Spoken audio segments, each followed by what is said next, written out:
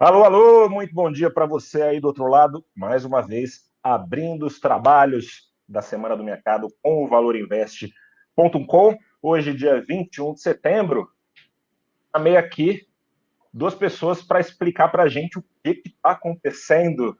Agradeço e desejo bom dia ao professor Alexandre Espírito Santo, professor do IBMEC do Rio de Janeiro e economista da Orama. Obrigado pela presença, professor. Tudo bem? Sempre um prazer, Gustavo. Tá tudo bem, graças a Deus. Vamos tocando. Prazer é nosso. Obrigado. Muito obrigado também pela presença, Rodrigo Galindo, gestor da Novos Capital. Valeu, viu, Rodrigo? Bom dia, Gustavo. Obrigado pela oportunidade e um bom dia a todos. Gente, animação aqui, mas o clima está pesado no mercado. Antes de mergulhar no assunto principal da nossa live, que é se o rally das ações de tecnologia, que vem puxando, né? Sobretudo essas ações são as que têm puxado os índices cá para as redondezas do pré-crise. Vamos mostrar como é que foi o saldo da semana antes da gente entrar nesse assunto. O saldo da semana passada, aqui, daqui a pouco vai entrar aí na tela, aqui no, enfim, se você acompanha o dia a dia da economia aqui no Brasil, sabe que no começo da semana tinha tido um efeito vacina no Ibovespa, né, com a vacina da AstraZeneca e da Universidade de Oxford liberadas, mas foi perdendo, até que na sexta-feira veio um detox total nessa gordurinha que o Ibovespa tinha conquistado no começo da semana, acabou o índice praticamente empatado. Essa alta que você está vendo do dólar aí, a maior parte dela foi na sexta-feira mesmo. S&P 500 nos Estados Unidos caindo, aqui a Bolsa do Brasil acompanhou essa quebra, lá o Stock 600 na Europa também ficou um pouquinho de lado, um pouquinho para cima, e esse último índice que você está vendo é o índice da Bolsa de Xangai, que deu uma turbinada na sexta-feira passada, a maior parte dos ganhos foi acumulados todos na sexta-feira, com o Yuan parando de ganhar terreno sobre o dólar, né? Isso prejudica o poder de competitividade local das empresas chinesas. Mas agora vamos para a vaca fria mesmo. Começando aqui pelo professor Alexandre, a gente veio conversando na semana passada, o senhor se demonstrou bastante preocupado, né? E demonstrou uma preocupação, como vem demonstrando nos seus textos lá no valorinvest.com, com esse rally todo, né? Afinal de contas, tem subido tanto as bolsas, chegando, como eu já disse, nos níveis pré-crise, mas tem uma crise ainda, né? Queria saber, enfim, o que o senhor está achando disso tudo, o que está acontecendo? O senhor completou agora, né, 33 anos de mercado, a gente conversava na segunda-feira passada, meus parabéns. Obrigado. O que esses 33 anos permitem dizer desse ano aqui que está sendo tão difícil para você? Gustavo, eu falo lá para os alunos, né, eu tenho mais tempo de mercado de bolsa do que eles de vida. Você está correto, Gustavo. Eu tenho sido muito crítico em relação ao que está acontecendo nos mercados lá fora, especialmente, né, no mercado de tecnologia, no Nasdaq. Tenho escrito aqui nos nossos textos no Valor Invest, já tem aí mais de um mês, deve ter quase 2 meses, que praticamente toda semana eu enfatizo aqui um aspecto dessa alta que, na minha visão, não encontra respaldo, né, econômico. O que vem acontecendo, basicamente, é uma reação ao Banco Central, os bancos centrais, né, os bancos centrais, ao Fed, ao BCE, principalmente, né, trabalhando com taxas de juros zeradas ou negativas. Uma percepção que, na minha visão, é uma coisa assim, muito pouco razoável, né, de que a inflação acabou, que não existe mais, é coisa do passado, que está ancorada nessa teoria, que também já escrevi alguns textos sobre a teoria, nova teoria monetária, moderna teoria monetária, MMT. E olhando tudo isso, eu fico, né, com um pouco dos meus cabelos brancos, eu fico um pouco ressabiado, né, de ver o que vi nesses, principalmente aí em julho e agosto.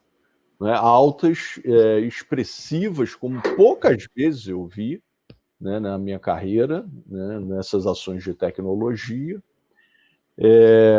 algumas que eu não consigo realmente explicar, encontrar uma boa explicação.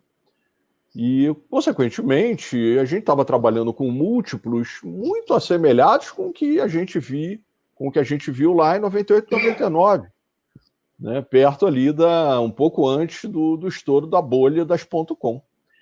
Então, diante disso tudo, né, eu tentava encontrar uma racionalidade, mas sabe o que acontece, Gustavo e Rodrigo? Essa garotada, eu lido com ela, né, quase que diariamente, essa geração Y, eles têm... O mundo está na palma da mão deles, eles são muito digitais, né? Eu fui digital há pouco tempo, né?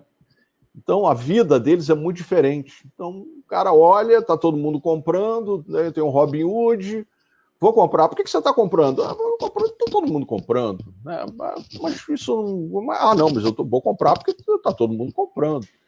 E aí eu tive, só para encerrar essa primeira participação, eu tive curiosidade de entrar no chat, né, lá de fora, para ver o que o pessoal estava falando. E o que eu vi em julho e agosto era, olha, não cai nunca mais, e vamos comprar. E aquilo realmente me deixava muito apreensivo, né? Porque não cai nunca mais é algo que em bolsa não sobe um dia cai, né? Em algum momento vai dar, como eles dizem, em algum momento vai dar ruim. Pois é. E você, Rodrigo, como é que tá vendo essa situação, né? A gente também bateu um papo na semana passada, você falava até de um remanejamento já até dentro da Novos, né? De posições Sim. com essas empresas de tecnologia. Queria que você explicasse para o investidor pessoa física que está acompanhando, e são vários, né, os investidores pessoa física que foram levados à Bolsa nessa crise. Claro, tem uma conjuntura de juros baixos que é realmente favorável a entrar na Bolsa, mas, sobretudo, levados a investir em empresas digitais todas são, né? Mas empresas que nasceram digitais. Como é que você está vendo esse momento? E a minha pergunta é: perdeu o fôlego, ainda tem mais? Está na hora já realmente de fazer realização? Enfim, como é que você está vendo isso tudo? A gente bateu o papo semana passada e estava nessa linha mesmo, né? Assim, acho que foram duas questões que o Alexandre comentou aqui para a gente também são um pano de fundo que faz sentido. Assim, a primeira é a volta da inflação, né? Provavelmente os bancos centrais eles vão correr atrás da curva, né? Eles vão deixar, né, as economias inflacionarem para depois virem com um aperto monetário, que é a alta de juros. E aí a gente tem um posicionamento, tanto os fundos multimercados conseguem fazer isso, né? Em aposta que a inflação vai surpreender, tanto em 2021, 2022 e até 2023, tá? A gente tem esse posicionamento. E na parte de ações, a gente também já veio, né, nos últimos 2 meses, que quando aconteceu a crise, né, o auge da crise ali, daquela disfuncionalidade, tudo caiu junto. E tudo caiu sem muita explicação, num pânico que dominou. A gente realmente pegou boa parte da volta com ações de tecnologia, tá? Mas já tem um mês para cá que a gente já reduziu substancialmente, mais da metade da posição de tech a gente já zerou, tá? E a gente trouxe para ações que ou se beneficiam dessa questão da inflação que eu coloquei, né, que tem uma certa proteção de preço por ajustes inflacionários, ou para o varejo um pouco mais tradicional, que a gente acha que abriu uma simetria de preço muito grande. Tá? Essa diferença de preço entre as empresas, né, estruturalmente tech, né, que você colocou de nascença, e as empresas de varejo tradicional, na nossa cabeça abriu uma oportunidade.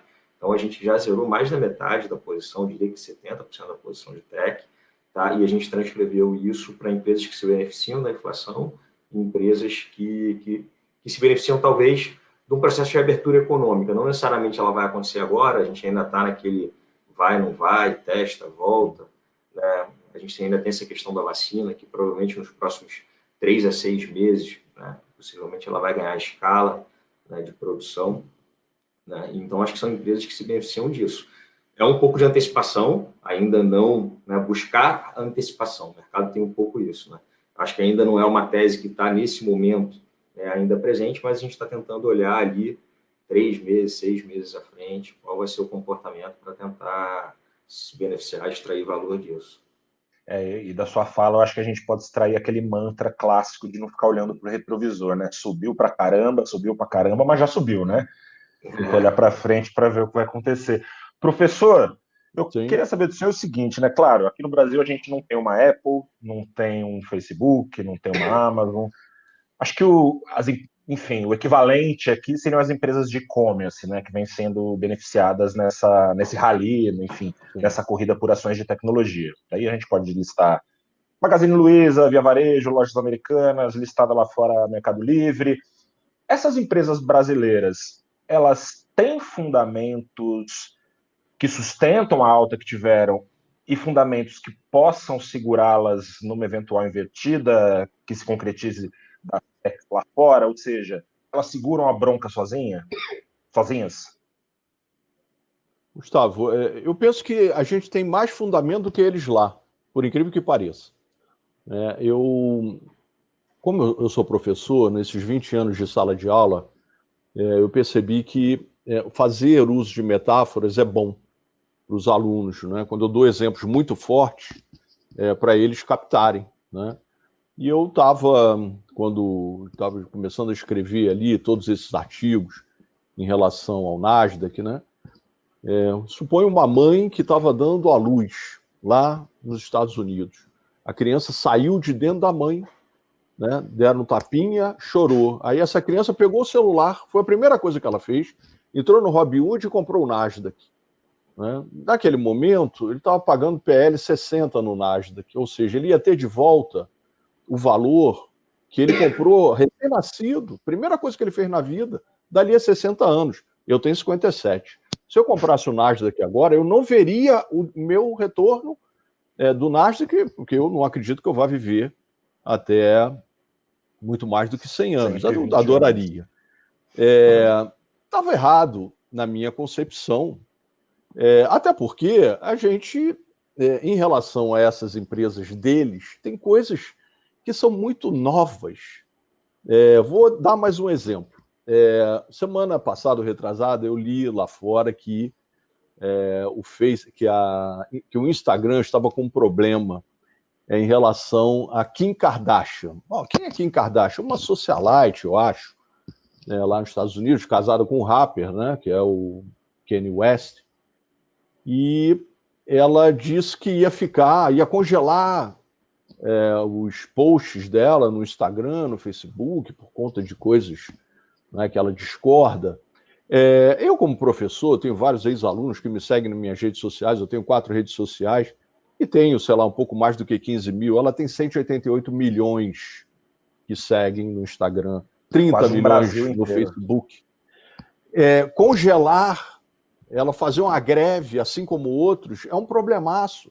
Como está acontecendo agora nesse fim de semana com o Netflix, em relação a cancelamentos por conta de um filme que fala de pedofilia, uma coisa assim. É muito diferente. Não é o Trump que está fazendo alguma coisa, não é o Putin, não é o Bolsonaro. É uma socialite, é um desses influenciadores digitais. Aqui a gente não tem esse tipo de força. E na minha cabeça, a pandemia trouxe sim muitas empresas importantes do setor de e-commerce que se mostraram muito fortes, resilientes e preparadas, e muito rapidamente se ajustaram para poder fazer a entrega, né, do consumo. Então, olhando sob essa ótica, eu prefiro até comprar alguma coisa aqui do que pagar PL 60 no Nasdaq. Você comprar a Apple valendo mais de 250 empresas de aviação americana, comprar a Apple valendo mais do que o PIB brasileiro. É uma coisa quase abstrata, né? Comprar a Tesla valendo mais do que a Walmart, a Tesla valendo mais do que Volkswagen, do que Toyota, do que Honda, do que GM, do que Ford. Isso não faz sentido. Professor, antes de passar a bola para o Galindo, claro que bolha a gente só tem certeza mesmo quando estoura, né? Assim, sempre tem uma resistência no mercado a falar, é uma bolha, assim. O que o senhor acha? Tem bolha aí, sim? Sim, era bolha. É como eu escrevi num artigo há 2 semanas atrás, bolha, se você olhar para o seu pé, às vezes tem bolha, né? Bolha tem duas possibilidades, ou ela estoura ou ela murcha. Quando estoura, dói muito, dói pra caramba. Quando murcha, não dói tanto, porque ela vai secando. Né? Qual é a minha cabeça agora? É a dúvida, é se a bolha vai estourar ou vai murchar. Seria ótimo que ela murchasse. Todavia, a história, tudo bem que as pessoas não estão acreditando mais em história. Porém, a história mostra que, normalmente, bolhas financeiras, elas estouram. E dói demais, né? Dói. Galindo. Dói na parte mais sensível do corpo do ser humano, que é o bolso. Pois é, e a preocupação é que aqui no Brasil tem muito investidor em pessoa física que acabou de entrar nesse mercado que está apostando nisso, né? Galindo, você falava de empresas que você tem visto, tem olhado com mais carinho, que ainda não estão totalmente digitalizadas, né? Que são empresas, como você falou, que podem até se beneficiar via o canal de inflação, caso ele venha, né? Inflação de consumo. Quais dessas empresas hoje vocês na Novos estão ou montando posição, ou olhando já e pensando nisso daqui para frente? Então, a gente na semana passada começou a comprar um pouco do setor elétrico, enfim, na Equatorial, acho que é uma empresa que se beneficia disso, e por todo o processo de investimento que tem no país, inclusive em saneamento, a empresa pode estar olhando oportunidades nesse sentido. Tá? É uma empresa bem ágil e historicamente sempre alocou capital de forma muito inteligente. Tá? A gente tem uma posição também em Eneva, que eu acho que é uma empresa também que aloca capital muito bem, que pode se beneficiar da nova lei do gás. Né? Isso, no fundo, são concessões. Né? E as empresas de mais consumo, né, tradicional, a gente tem uma posição boa em lojas Renner, né, que foi uma empresa que ficou bem para trás, assim, quando você compara com essas outras empresas, né, mais ligadas a e-commerce, em termos de preço. Né? A gente tem uma posição também boa em Natura. Tá? São as principais posições, assim, junto com um pouco de construção civil. Tá? A gente tinha uma posição em Cirela, mas que a gente recentemente trocou por MRV, mas é um pouco esse componente dos juros baixos, né, por muito tempo, trazendo atratividade de crédito imobiliário, né, para as pessoas, né, e aí isso, né, destravando a parte de construção. Acho que são setores que não são, né, talvez não estejam tão charmosos, né, nesse momento, né, que está tudo muito na moda, como o professor Alexandre falou, as empresas de tecnologia. Não é que a gente ainda não tem, a gente ainda tem uma posição de mercado livre, a gente tinha falado sobre isso, mas é metade da posição que a gente teve recentemente. Eu lembro que vocês estavam bem posicionados no começo da crise na empresa, né? Isso, a gente viu ali ao redor de 500 lojas da empresa aberta lá fora, né? A gente viu como uma grande oportunidade de compra, mas é isso, já mais do que dobrou de valor do preço que a gente entrou, a gente já reduziu, eu diria que 60%, 70% da posição. E tiveram outras, assim, a gente teve também tanto Stone quanto PagSeguro, né, que também são empresas abertas lá fora, mas que também a gente já reduziu mais de 2/3 da posição. A PagSeguro a gente zerou completamente, mas a Stone a gente ainda tem um pouquinho. Tá? Mas é isso, né? Foram empresas que as coisas estão acontecendo muito rápido, né? Que em 2, 3 meses ela mais do que dobraram de valor. Isso nos chama bastante atenção. Né? E aí abre uma simetria para outras coisas que a gente hoje acha mais interessante. Ou seja, meio que deu o que tinha que dar aquele rally todo, né? É impossível imaginar que vai continuar para sempre, né? A sua pergunta da bolha, assim, vai cair ou não vai? Assim, é difícil responder e acertar o momento, né, de um murchar ou um estouro de uma bolha, né? É sempre muito difícil. O que a gente lê assim do lado de política monetária, de incentivo dos bancos centrais, é que provavelmente esse excesso de liquidez vai continuar até o ano que vem, né? Até o primeiro semestre do ano que vem, na maioria dos países que tem fôlego para isso, né? Sim. Aqui no Brasil, eu acho até que a Bolsa underperformou bastante recentemente, muito por causa disso. Nosso país tem muito menos fôlego, né? A gente fez incentivo, né, social, só que a gente não consegue perdurar isso por muito tempo. Então, a gente já começa a ver os agentes políticos batendo cabeça, se estressando, né? Isso vai esquentando a panela de pressão, né? Ainda mais em ano eleitoral. Não é simples e eu acho que isso é uma justificativa, até olhando um pouquinho para trás, para a Bolsa ter underperformado tanto lá fora. Né? recentemente. Tá? Eu acho que é isso, o país é mais instável mesmo. Sim. Por favor, professor. Só complementando, se você me permite, Galindo, essa ideia de que o juro vai ficar muito baixo lá fora é uma ideia que, pelo menos na minha percepção, está na cabeça do mercado, isso vai ficar 10, 20 anos. Não é? Porque é aquela coisa, ó, não vai cair nunca mais, significa que você trabalhar com juro zero para o resto da vida. Né? Primeiro que eu não tenho essa crença, né?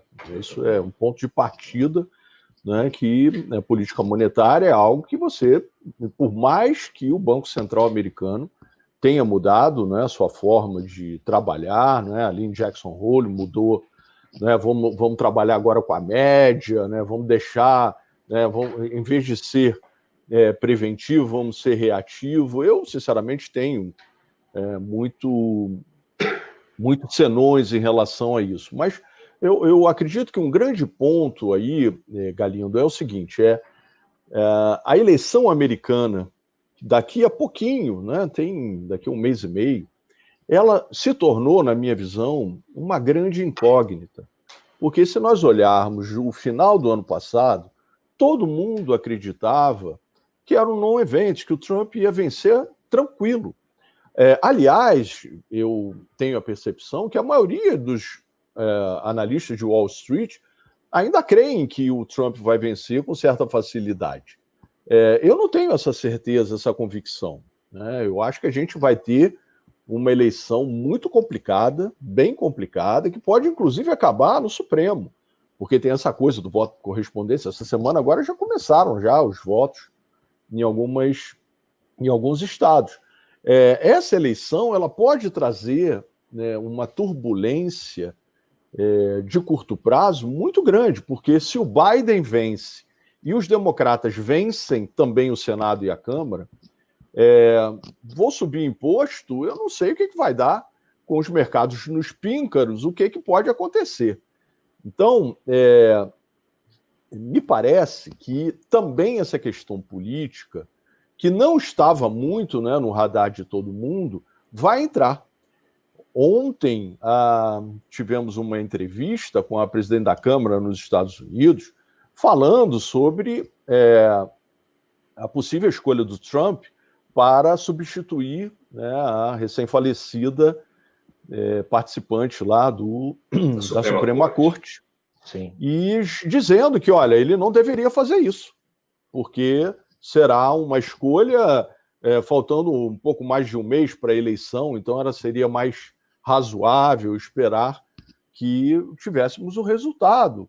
E que isso poderia, inclusive, gerar um impeachment do Trump. Então, toda essa discussão vai juntar com um mercado caro, com o problema que aconteceu hoje lá com os bancos na Ásia, e o mercado pagando lá PL 60, né, 25 do S&P, o cap rate do Nasdaq era 45, e o pessoal achando que era só comprar, que só tinha uma direção.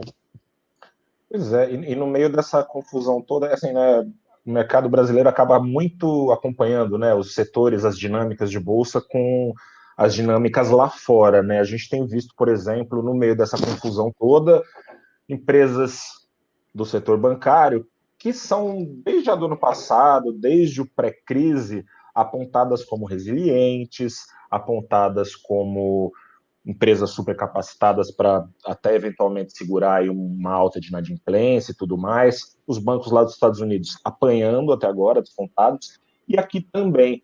Eu queria saber do Galindo esse desconto, né? Esse desconto que vem sendo dado. A gente sabe, enfim, são motivos vários, né? Tem motivo, claro, centro aqui da nossa conversa, que é a predileção por empresas que nasceram digitais, mas tem também ruídos para os bancos, né? De aumento de competitividade, limite para juros.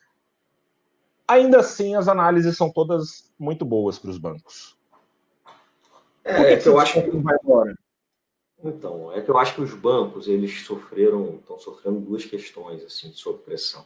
Uma de médio e longo prazo e uma de curto prazo. Né? De médio e longo prazo, né? Essa questão que você colocou das fintechs, das empresas financeiras que vêm via tecnologia, com mais competitividade, que no fundo estão comprimindo, né, a taxa de retorno desses bancos, que aqui no Brasil sempre foi muito concentrado, né? Então ainda é um pano para manga isso. E uma outra questão é essa pandemia, né? Assim, mal bem os bancos têm exposição a crédito e eles vieram provisionando de forma bastante conservadora o impacto de default sobre esse crédito. Então juntou um negócio de longo prazo com um negócio de curto prazo. E aí tem mais uma questão que assim, tudo bem, né? O banco vai mostrar resultado nesse momento, né? Com uma pandemia na rua e cheio de apelo populista, é muito difícil, né? Assim, imagina um banco privado aqui mostrar resultado até o final desse ano maluco que a gente está vivendo, né? É provavelmente muito pouco provável. Assim. Então, não tem um trigger de curto prazo que façam, talvez, as ações se reprecificarem até o final do ano. Né? Assim, eu até entendo que, por valor, talvez estejam baratas, né? Podem ser interessantes se você tiver um horizonte de investimento um pouco maior, até porque elas já pagam um certo nível de dividendo, que é interessante, ainda mais nesse mundo aí de juros muito baixos. Né? Mais um trigger para ela reprecificar de forma muito grande até o final do ano não me parece tão provável. Então, é isso. Assim, a gente não tem posição em bancos, apesar de concordar que está barato. Tá? Sim. Mas eu acho que provavelmente vai ficar barato por mais um tempo. Ou seja, uma opção não para curto prazo, uma opção conservadora e de longo prazo, né? Eu imagino. Sim. E você, professor, como é que tem visto a situação dos bancos? Eu queria colocar também daí acho que já puxar um pouco aqui para a nossa cena risco fiscal / risco político, né? Como é que ficam os bancos no meio disso tudo? Porque eu imagino que, é claro, né, o investidor não gosta de incerteza. Por mais que tenham, por exemplo, disposições em, puxa, vamos mexer na competição, mas a gente não sabe ainda como é que vai ser isso, tem muitas intenções, na prática ainda não tem muita coisa, né? Como é que o senhor tem visto, do ponto de vista do investidor, né, a situação dos bancos? É um bom negócio comprar ação de banco pensando num longo prazo, numa carteira de investimento para aposentadoria ou para daqui 10, 20 anos? Como é que o senhor tem visto o investidor aqui no Brasil? Bom, Gustavo, uma boa pergunta. Faz algumas semanas eu escrevi um artigo aí no Valor Invest, cujo título era Paradigma. É uma palavra que eu não gosto da língua portuguesa, porque em 98, 99, eu ouvi muito que estava havendo uma mudança de paradigmas. Lá, quando o Greenspan falou, o Alan Greenspan, o presidente do Fed, da exuberância racional. E ali os mercados também se mostravam, na minha visão, caros, e as pessoas diziam que eu não estava enxergando as mudanças de paradigmas. Agora, eu vi de novo essa mesma conversa. Novo normal. A mudança de paradigma. Está havendo uma mudança de paradigma. É muito curioso, eu fiz uma palestra tem 3 meses para uma faculdade aqui no Rio de Janeiro, e era garotada, 18, 19 anos. Eu dei boa tarde, comecei a conversa, veio uma pergunta de um garoto que provavelmente deveria ter 18, 19 anos, dizendo que estava operando opções binárias e o que eu achava daquilo. Eu falei, olha, meu Deus, eu tenho 33 anos de mercado, tenho dificuldade de operar a opção normal que vence a cada 30 dias, e você quer que eu opere uma que vence daqui a meia hora, Aí isso me lembra lá na década de 90, quando a gente fazia aposta de público de futebol. Pelo amor de Deus. O setor bancário, ele é muito, eu trabalhei em banco durante uma época na minha vida, ele é muito ágil. Ele se adapta muito rapidamente, muito fortemente, inclusive ele surfa bem a onda de inflação. Na minha visão, até o artigo de hoje, o nosso artigo da Orma no Valor Invest de hoje, fala sobre a ata o comunicado que o Copom fez, o mercado fez uma leitura dovish, eu fiz uma leitura diferente. Eu acho que ele falou o seguinte, olha, eu acabei com a queda, porque agora a gente tem uma mudança de paradigma, porque agora é o forward guidance que está levando o Banco Central na política monetária. Bom, na minha visão, a minha leitura é que não há espaço mais para quedas e, sim, há espaço para altas no ano que vem da taxa Selic, porque o meu cenário aqui na hora mede inflação em alta no ano que vem, até porque a gente não pode esquecer, tenho falado isso com muita frequência, Os índices da Fundação Getúlio Vargas estão rodando lá 15, 16, 18. E a gente aqui no Brasil, a gente sabe disso, tem passado pouco glorioso em relação à inflação. E tem Por quê? indexação A aí, gente né? corrige, né? Então você vai ter plano de saúde, aluguel, escola, que vai ser reajustado pelo GPM. Aí o que o pessoal diz é o seguinte, não vai ter reajuste porque a economia está fraca. Tudo bem, pode ser que não tenha os 18, mas se tiver 10, você já apertou o primeiro dominó. E aí a inflação no ano que vem já sai, né, desse 2, que na minha cabeça vai ser 2. O mercado trabalhava com 1,50 até anteontem, né? E acho que vai lá para perto de 3 no ano que vem. E aí não dá para trabalhar mais com juros de 2. E aí você fazer forward guidance para 2022 com juro 2, com inflação de 3, você vai ter um problemaço. Olha o que está acontecendo aí no Tesouro, né, nesses últimos dias, né? Porque o que está acontecendo na minha cabeça é que você está tendo uma mudança do juro estrutural na economia e a inflação implícita, ó, disparou. Então, essas contas não fecham. O setor bancário surfa bem isso, eles vão se adaptar muito rapidamente. Respondendo sua pergunta, levei um tempão para responder sua pergunta, você me perdoa. Eu acho que é sempre interessante ter um pouco, como o Rodrigo Galindo falou, eles estão relativamente baratos, eu penso que é uma boa escolha. E uma opção defensiva, né, para esse momento. Se tudo der errado, os bancos podem ajudar na carteira de investimentos. Rodrigo, queria falar também contigo desse comunicado do Copom, né? Enfim, e para você que está assistindo que não está por dentro, né? Mais uma vez, o Banco Central avisou. Bom, mais uma vez não, né? Ele parou de cortar juros, né? Depois de 9 cortes, juros ficaram nos 2% ao ano, deu a sinalização de que. Bom, colocou algum CIS aí, né? Se o teto de gastos ajudar, se a inflação ajudar, de acordo com o Banco Central, juros nos 2% ao ano, não subindo mais e podendo ainda cair. O problema, Rodrigo, é que o Si não joga. Né? O Si não... Né? Eu Esse acho que Si aí, como é que você tem olhado para essa situação? Bom, você já falou um pouco preocupado aí com a inflação, mas o que o Tiga faz no meio disso? A gente tem essa posição de inflação. De 2021 a 2024, nos fundos, a gente tem uma posição bem relevante comprada em inflação. Acho que essa questão do forward guidance num país como o Brasil, instável, cheio de CIS, como você colocou, é sempre complicadíssimo. Então, e é isso, assim, a economia tem uma certa engenharia ali que a inflação, eu acho que não, ela pega rápido, assim, né? Ela não vai japonizar tão fácil, assim, sabe? Não vai cair nessa... óbvio, é porque a gente viveu um período muito grande de crise e foi muito curioso que talvez na primeira vez, né, a gente viveu uma desvalorização cambial muito grande, né, sem repasse para a inflação, né, o que até deu conforto do Banco Central seguir. Mas acabou vindo por outro canal, de né? queda de juros. Mas também porque a gente estava vivendo, né, uma questão muito específica, né? Isso que a gente viveu esse ano é muito diferente de tudo que a gente viu. Talvez isso aconteça com delay, né? Acho que muito provavelmente isso pode acontecer. Tá? E aí não...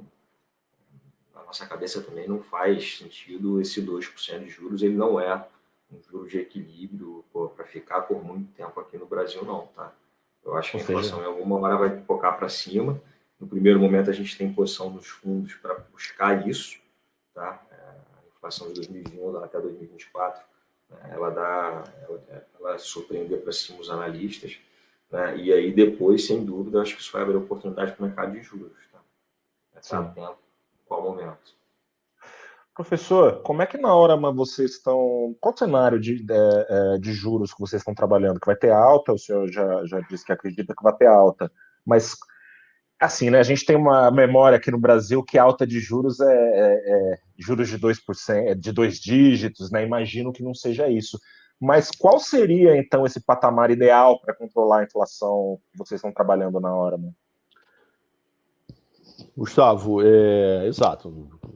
Não tem essa coisa de juros de 2 dígitos. Estamos, felizmente, na minha visão, longe disso. O nosso cenário aqui básico é juro estável de 2 até meados do ano que vem, e a partir do segundo semestre, o Banco Central começaria a fazer uma alta, levando aí vai depender um pouco cenário prospectivo de inflação, mas alguma coisa em torno de 3% até 3,5%, vai depender muito desse repasse, desse contágio, como eu falo lá para a garotada, usando as metáforas, a gravidez, né, do IGP em cima do IPCA. Tanto mais forte, mais juro vai precisar. Mas, de qualquer maneira, o nosso cenário é de elevação de juro a partir de meados do ano que vem, muito provavelmente, pelo menos para 3%. E, Galindo, eu quero saber também como é que é a sua expectativa, e eu queria saber também uma outra coisa. Vocês dois parecem estar na contramão da maior parte dos analistas, pelo menos nos relatórios do mercado, esperando não uma inflação, enfim, contando com o CIS aí que a gente vinha falando, né? E a gente sabe que o mercado trabalha muito com ou confirmação ou quebra de expectativa. Uma alta dos juros, em tese, me parece que quebraria a expectativa de muita gente. Isso pode ter um efeito adverso em bolsa, o investidor pessoa física tem que se preparar para isso, pode vir um susto aí, como é que você vê essa situação? Porque a gente também não tem, assim, a gente não acha que a alta vai vir em tão curto prazo, tá? Mais para o segundo semestre do ano que vem em diante, tá? De qualquer forma, eu acho que se a gente souber ter disciplina, né, eu acho que esses juros abaixo de 5, né, ele é atrativo para o mercado acionário. Não vejo isso como um grande ponto, não. É importante ter essa disciplina de tentar manter a inflação controlada, porque isso afeta muito a parte longa da curva, que no fundo é onde as empresas se financiam, né? Então, se você tiver credibilidade, né, e controlar ali um horizonte de 1, 2, 3 anos, né, com uma segurança um pouco maior, isso traz, né, um componente para a curva mais longa de juros que é muito benéfico para as empresas, que é ali que tem grande parte do financiamento que poderia estar impactando nessa questão que você colocou do mercado acionário. Por isso que é importante ter essa disciplina. Não pode deixar de desbaratinar, porque se desbaratina, aí realmente vai ter um efeito que vai afetar. Isso, daí aí é alta de juros eventualmente no susto mesmo, né? Exatamente. Professor, eu queria acrescentar aqui, né, o Rodrigo vinha falando dessa credibilidade. Boa parte, ou enfim, a maior parte da credibilidade do governo junto ao mercado é conferida ao ministro da Economia, Paulo Guedes. Não só na última semana, mas especialmente na última semana, tivemos demonstrações claras do presidente Jair Bolsonaro de que o ministro Paulo Guedes não tem aquela carta branca toda que ele tinha, seja no caso, e sem entrar no mérito se a decisão é acertada ou não, né? Seja no caso, no começo da semana, do presidente rechaçar a ideia de congelar a aposentadoria para bancar o Renda Brasil, e depois, à maneira dele, deu cartão vermelho, falou que não é nem para falar nisso, senão caminho da rua. Final da semana, também na live dele, ele se colocou totalmente contrário à privatização de Casa da Moeda, Caixa e do Banco do Brasil, que naquele famoso vídeo ministerial, da conversa ministerial lá do juiz, do ex-juiz Sérgio Moro, quando saiu, e o Paulo Guedes lá demonstrando que gostaria de vender o Banco do Brasil, coisa e tal. Essa credibilidade, essa confiança na agenda de ajustes dentro do governo, ela se abalou de fato? Como é que o mercado vem olhando para essa situação, Alexandre? Gustavo, me lembro, né, sou professor, preciso às vezes voltar à história. Me lembro muito da década de 1970, no governo Geisel, quando a gente tinha lá Simonsen e Delfin, né, dois expoentes, né, da economia brasileira, e o Simonsen trabalhando para um jeitão meio Paulo Guedes, e o ministro Delfin, né, o pessoal do fura-teto, fazendo essa comparação mais desenvolvimentista. No final, prevaleceu o Delfin, né? Essa questão de pressionar por gastos, ela é tradicional na economia brasileira, né? Não é algo novo, né? Estou usando esse exemplo, mas foram outros aí ao longo. Novo é corta-gasto. Sim, novo é corta-gasto, perfeitamente. Me parece, né, que o Paulo, né, o ministro Paulo Guedes, ele está agora enfrentando essa situação que é tradicional na nossa economia, né? Então, ele tem na cabeça dele, com a qual eu concordo, uma ideia de enxugar o Estado e, mais do que isso, torná-lo crível. Porque, infelizmente, com a questão da pandemia, nós tivemos uma situação fiscal que beira o mais do que preocupante. Sim. Porque os déficits explodiu, né? A gente está com déficit nominal indo para quase 15%, e a dívida pública indo para 100% do PIB. Um país como o nosso é insustentável, a médio prazo, manter uma estatística desse tipo, de 100% de dívida sobre PIB. Então, o que você precisa é resgatar. Como eu tenho falado, a gente tirou o vagão do trilho. É algo difícil de acontecer na vida, você tirar o vagão. Às vezes ele descarrilha, você tirou. Agora você precisa pegar o vagão de novo e botar ele no trilho. Só que vai ser muito complicado de fazer diante de todas as pressões internas que o próprio governo tem feito, né, que é o pessoal aí mais, de uma forma mais jocosa, diz que é o pessoal do fura-teto. Como você resgata, é muito difícil, até porque a gente precisa lembrar que a equipe do Paulo ela foi se esfacelando, né? Você foi perdendo pessoas muito importantes. Não é só o Mansueto, teve, né? O Mansueto talvez seja o que o mercado, né, mais olha, mas vários bons. O primeiro que puxou a fila desde julho, né? Já foram 5 embora. E, em consequência disso, o ministro fica um pouco refém. E aí ele chega, chama a equipe, como parece que aconteceu, e fala, galera, vamos ficar quieto aqui, bolinha para o lado, né, porque não está dando para fazer muita graça, porque a gente fala, e aí vem o pessoal, né, que é da outra ala, e nos critica, então vamos ficar todo mundo quieto. Só que isso gera outro tipo de ruído, né, porque aí o presidente da Câmara diz que o ministro não gosta dele, aí não tem interlocução, não vai ter mais interlocução, a interlocução agora é com o Centrão. É muito ruído, faltando pouco tempo para a eleição municipal, que sempre é um problema, porque o Congresso, né, trava, e precisando fazer reforma que, na minha cabeça, não vão acontecer esse ano, não acontecem mais. Vai ser a maior surpresa da minha vida se acontecer alguma reforma até o final desse ano aqui. É uma das que estão lá, né? Assim, muita coisa apresentada ao mesmo tempo, né? Lindo. A gente, enfim, né, falou aqui do pior cenário, digamos assim, do ponto de vista do mercado. Então, digamos que o Paulo Guedes puxa o carro, a gente já sabe qual é mais ou menos o receituário, o juro sobe para o governo conseguir se financiar, inflação, etc. e tal. No melhor cenário, do ponto de vista do mercado, Paulo Guedes fica, teto de gastos fica, gastos começam a ser cortados, anabolizantes, vamos chamar assim, da economia, auxílio emergencial, linhas de crédito vão ser retiradas também. É o cenário que o mercado gostaria de ver, mas, claro, tudo tem custo, digamos assim, né? Esse curto prazo, com menos estímulos, pode trazer um solavanco importante para as empresas listadas na Bolsa Brasileira? Como é que o investidor pode... O que o investidor pode antever esse cenário de controle fiscal sem anabolizantes que tem garantido boa parte das receitas?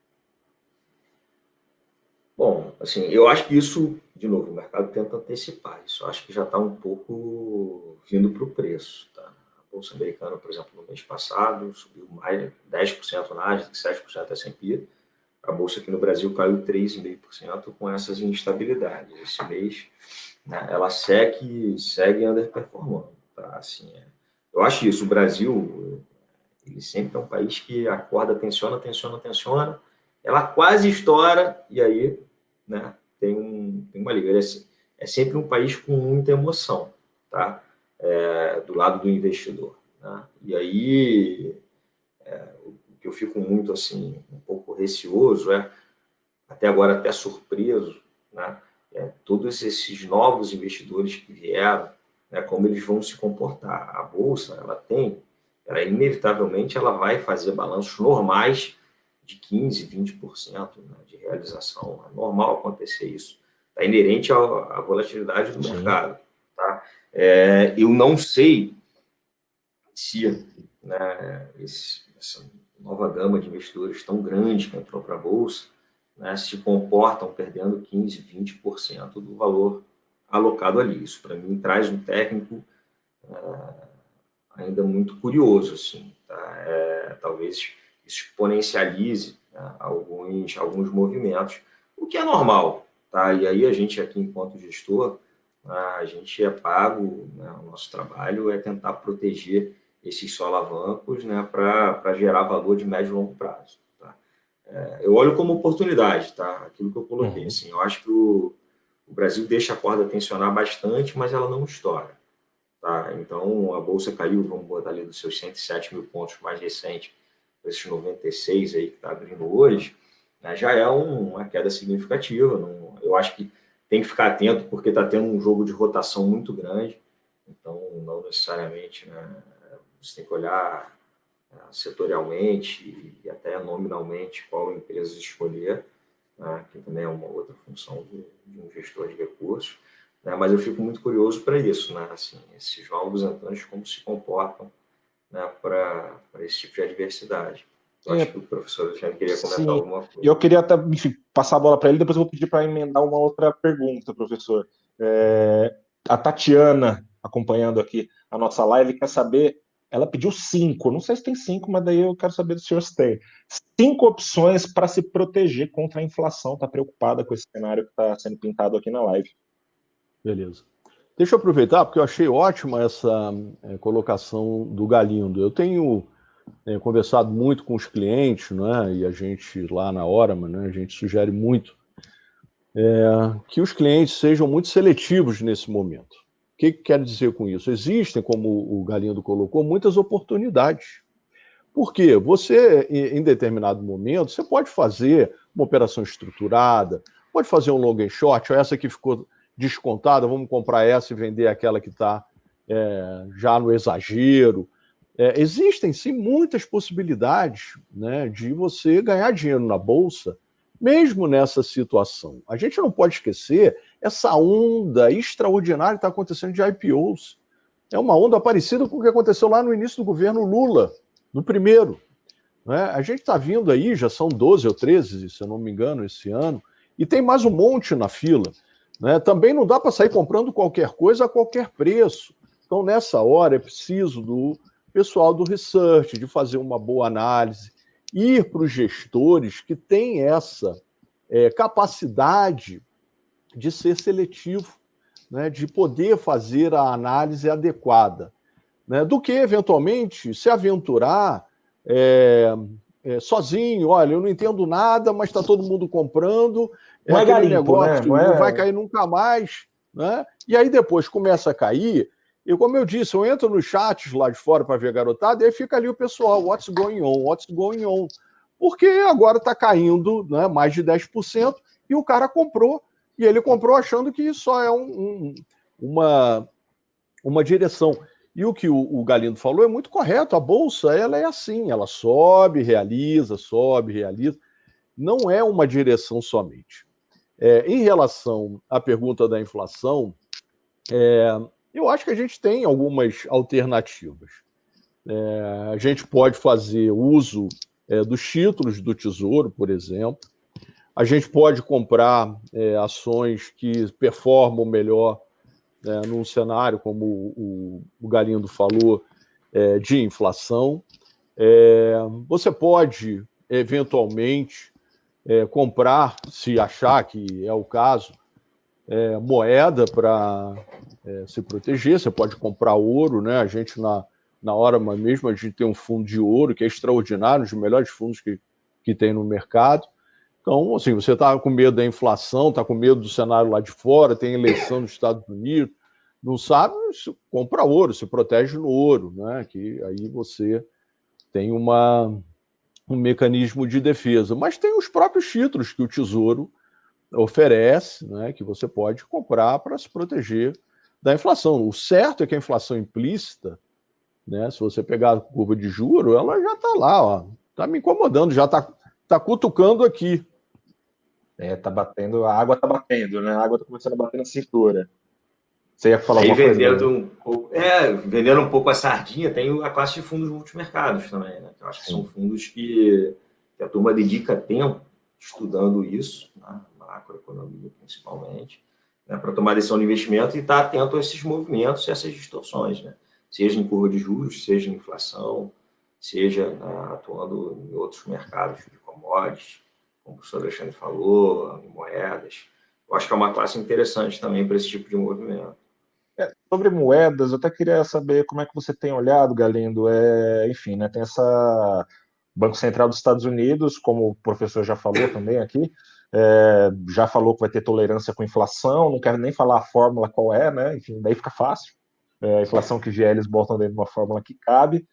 Inflação pode ser o preço a se pagar lá nos Estados Unidos pela volta do emprego, de acordo com o Banco Central americano. Inflação nada mais é que perda de poder de compra da moeda. Se vier a inflação nos Estados Unidos, o dólar pode perder terreno. Sim. Qual o tamanho desse perder terreno, digamos assim, do dólar? O dólar continua sendo uma boa opção de médio e longo prazo? É melhor começar a procurar por fundos que apostem em outras moedas? Como é que você tem olhado para isso? Essa pergunta ela é dificílima porque o dólar está numa tendência de quase mais de 10 anos ali de valorização, né? Eu acho que até porque teve um efeito, né? Desde a crise de 2008 e também por esse efeito de empresas de tecnologia, que no fundo são empresas globais, né, que servem ao mundo inteiro, mas que estão sitiadas lá. Então, acho que isso também foi talvez um dos motivos mais novos, assim, além dos motivos tradicionais, né? Mas, de qualquer forma, a gente aqui não está dentre as maiores posições, tá? A maior posição é a carteira de ações e a parte de inflação que a gente comentou, mas a gente começa a testar alguma coisa, né, de dólar mais fraco no mundo.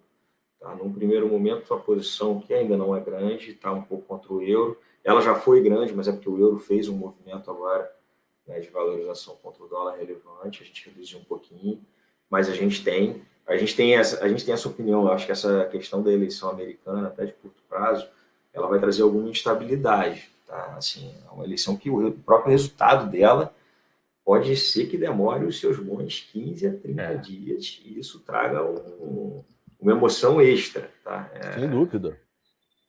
Vai ser confuso, assim, e está na boca para acontecer. Tá? A gente hoje tem uma posição mais contra o euro e a gente começa a testar posição muito pequenininha contra mercados emergentes. Tá? Então tem um pouquinho de mexicano, tem um pouquinho de rublo, real muito pouquinho ainda, tá? Mas eu diria que assim, é tentar pegar um mercado que está numa tendência de muitos e muitos anos, é muito difícil. Você acaba quase sempre queimando a mão. Mas a gente tem olhado dessa forma, tá? Ainda como um teste, ainda como talvez mais uma observação, uma opinião, do que de fato o risco efetivo, tá? Mas a gente acha que em algum momento pode realmente virar essa questão da valorização do dólar, que por tanto tempo está perdurando. Tá? Em cima disso, professor Alexandre, quais são as suas perspectivas para o euro? A gente vê já alguns analistas apontando para o médio e longo prazo o euro se fortalecendo. Tem também esse fundo, né, que foi aprovado na União Europeia, que tem sido apontado como um diferencial a mais, né, para a União Europeia passar bem ou com menos dificuldades pela crise. Como é que a Orama tem visto esse rebalanceamento de forças, digamos assim, entre as moedas? Essa questão das moedas é bem complexa. Eu só queria só fazer uma pequena observação em relação à correlação da bolsa daqui com a bolsa lá de fora. Na pandemia, a gente está com Nasdaq e Ibovespa com 80% de correlação. Ela era normalmente 30%. Então aumentou muito, o que significa que se você tiver, né, uma realização mais pronunciada, como está acontecendo lá fora, vai ser difícil a gente passar em colo. Então, reforço o que o Rodrigo falou, nessas horas o pessoal do multimercado opera bem.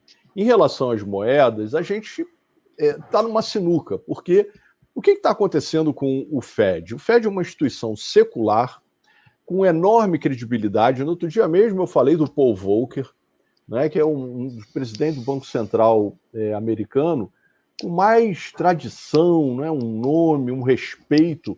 O sujeito meteu a taxa de juros a 17 quando você teve lá o problema do petróleo. E agora você está trabalhando com essa questão vamos deixar a inflação, vamos trazer um pouquinho de inflação, deixa a média, não tem problema, não é? E como eu sempre falo, vou usar de novo a metáfora aqui, você bota o teu pé na geladeira e bota a tua cabeça no forno, na média a tua temperatura tá boa, não é? Então, se eu comer 2 frangos no senhor nenhum, cada um comeu um. Não pode chegar e ser também tão condescendente, porque a inflação ela fica adormecida. Chega uma hora que alguém chega e dá um susto, ela desperta e ela vem para assombrar. Né? E o que está acontecendo é que há essa sensação por parte dos mercados financeiros, é a minha leitura, de que o Fed deu uma entregada, vamos deixar. E aí, eventualmente, eu vou comprar o euro, porque lá, pelo menos, você tem uma perspectiva, né, de alguns países saírem na frente, na volta.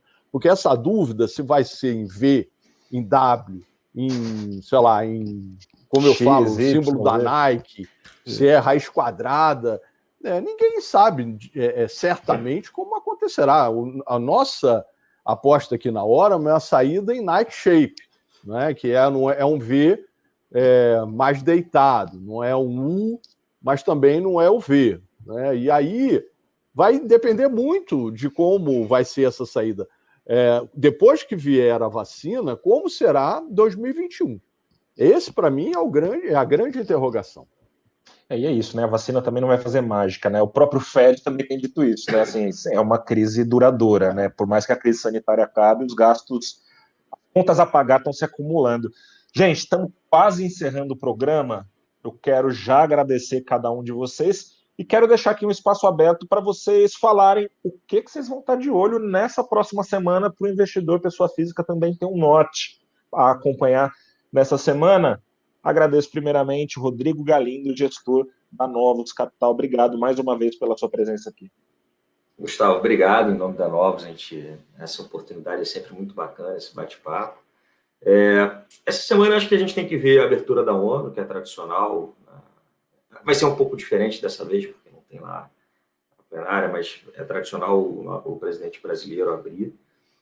É importante ver o conteúdo, né, desse discurso dele, que provavelmente vai ser amanhã, porque a gente, além de tudo isso tão complexo do lado econômico que a gente conversou, tem essa questão ambiental, que no fundo o Brasil está com um filme bem queimado. Né? E vai ser o assunto, provavelmente, né? E vai ser o assunto, e obviamente acho que num discurso oficial talvez seja um pouco diferente do ao vivo, né, ou daqueles furos que saíram de vídeos lá de encontros lá atrás e tudo, né, mas, né, talvez seja muito pautado pela questão da soberania, né, de não mete, né, não vem aqui se meter nos nossos assuntos, não. Isso provavelmente traz mais pressão externa ainda, inclusive até para fluxo de capital. Tá? A gente, por exemplo, na semana passada viu, teve acho que aquela carta, né, da Noruega para o Mourão. Né? E mais uma, né? Assim, a gente teve várias já nesse ano. E a gente ouviu, a gente não sabe porque os fluxos, mas que poderia estar tendo o fluxo do fundo soberano norueguês. Então, existe esse tipo de pressão, né, que vem via, né, investimento, seja de curto prazo, seja de longo prazo, né, sobre essa questão ambiental que o mundo está levando muito a sério. Tá? Então, isso eu acho que é uma questão super importante para a gente estar analisando. Também vai ter o Banco Central americano falando, tem que ficar de olho, não tanto quanto na semana passada, mas acho que também é sempre importante ver. E aqui no Brasil, essa questão do Bitar também, que eu acho que vale ficar atento, né? E passa por essa questão fiscal, que é um desafio grande. Tá? Acho que são as principais pautas. Aí hoje a gente amanheceu com essa questão de investigação do setor bancário, na parte de lavagem de dinheiro, né? Eu acho que é importante entender um pouco mais a fundo o que é isso, né? Que está trazendo, acho que, um pouco de realização dos mercados lá fora e que, inevitavelmente, acabam batendo aqui.